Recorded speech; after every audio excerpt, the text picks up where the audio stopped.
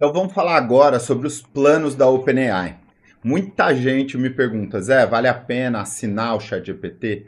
E a primeira coisa, né, que eu respondo é sim, vale a pena. E eu vou explicar por quê. Pessoal, se você é um usuário não pago, você na verdade não é um usuário, você é um tester. Você apenas está testando o aplicativo. Muitos dos recursos importantes do aplicativo não estão disponíveis no plano gratuito. Se você quer testar o aplicativo, tudo bem, mas se você está se propondo a estar num curso aprendendo cada detalhe do ChatGPT, não faz nenhum sentido você não assinar esse aplicativo, pelo menos que seja por alguns meses até você decidir, né, qual o modelo que você mais quer usar.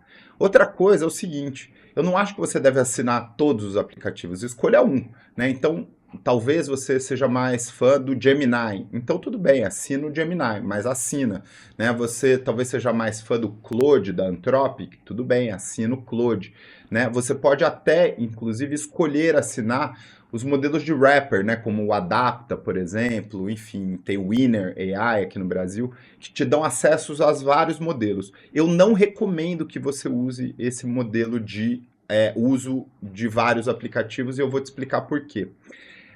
Eles te dão vários modelos de linguagem, mas eles não te dão os recursos, como por exemplo, modo de voz avançado, como por exemplo, Canvas, como por exemplo, o aplicativo da OpenAI e do ChatGPT no seu celular. Eles nunca vão conseguir buscar na velocidade da transformação e do avanço tecnológico que esses aplicativos trazem, uma coisa que você vai conseguir ali usar dentro, por exemplo, do Winner, né, ou do Adapta, tá? Então, na verdade, o que eles te dão ali são APIs apenas para os modelos de linguagem. E eles tentam simular algumas coisas, como, por exemplo, criar assistentes ali, mas ele nunca vai te dar acesso ao modelo de voz avançado, aos agentes da OpenAI, né, que a gente vai falar aqui, enfim, entre várias outras coisas.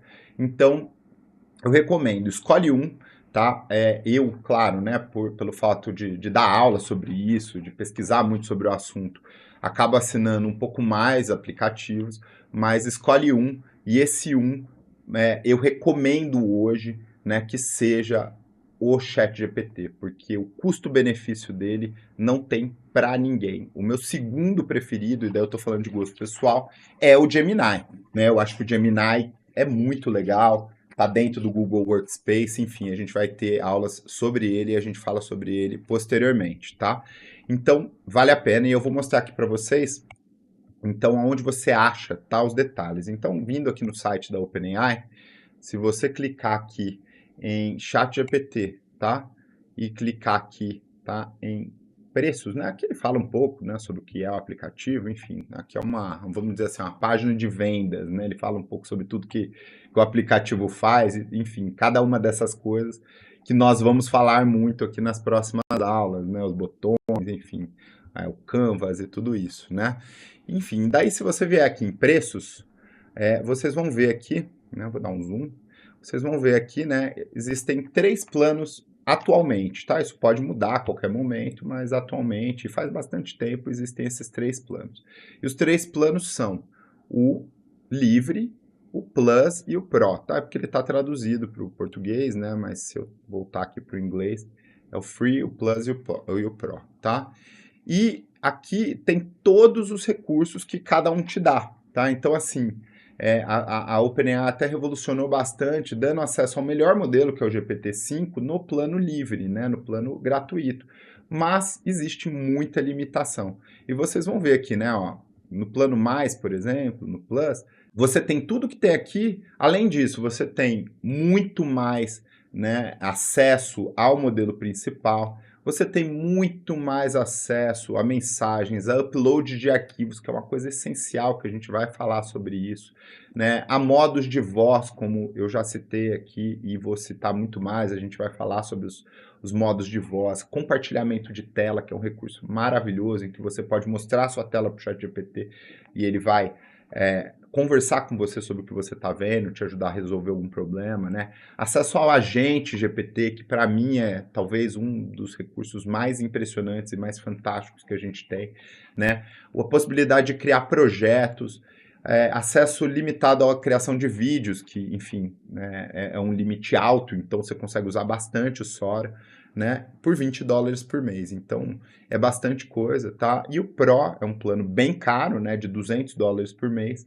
E daí eu recomendo apenas, né, para as pessoas que têm um uso muito, muito pesado, muito hardcore. Quem sabe um dia a gente faz um curso sobre o uso do plano Pro, mas o plano Pro, de fato, assim, é só para quem precisa usar o ChatGPT muito, usa o dia inteiro, roda volumes imensos de prompt, tá?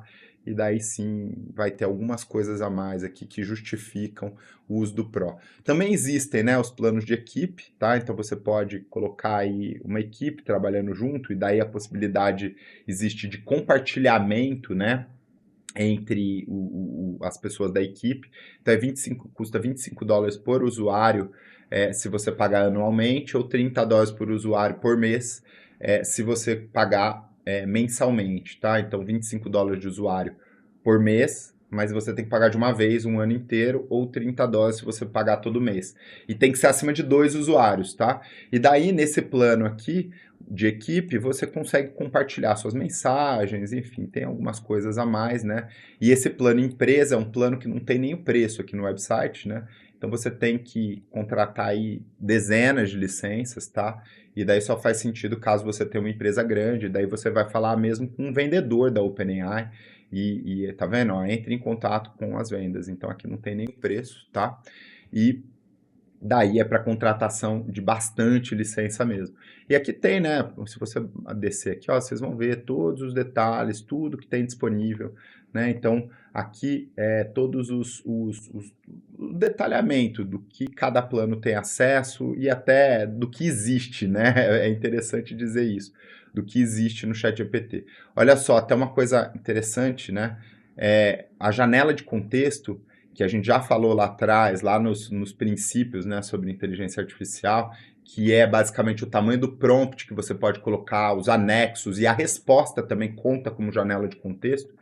A janela de contexto do plano livre é de 8.000 tokens, que é muito baixa, né? Enquanto aqui no plano Plus você tem, né, uma janela de contexto aí de 32.000 tokens, né? Então, assim, é muita diferença, né, pessoal? Assim, não adianta a gente querer usar e fazer um curso como a gente está fazendo aqui e não ter, né, acesso a, por exemplo, uma janela de contexto maior e tudo isso, tá? Agora, claro, é 100% a seu critério e essa decisão é exclusivamente sua, né? Então, fica aqui as minhas dicas, né? E acho que assinar outro aplicativo, como eu disse, talvez não seja uma ideia tão boa, tá certo? Então, é importante, né, mostrar esses recursos, como funciona, tá? E a gente se vê na próxima aula.